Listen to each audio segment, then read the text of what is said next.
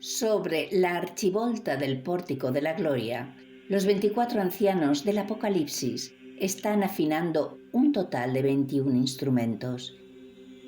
Interactúan por parejas, conversan, ajustan las clavijas y templan sus instrumentos.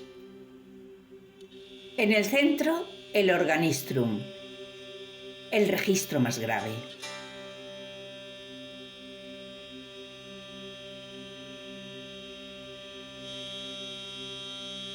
A sendos lados, arpas, salterios y cítaras. De registro medio bajo.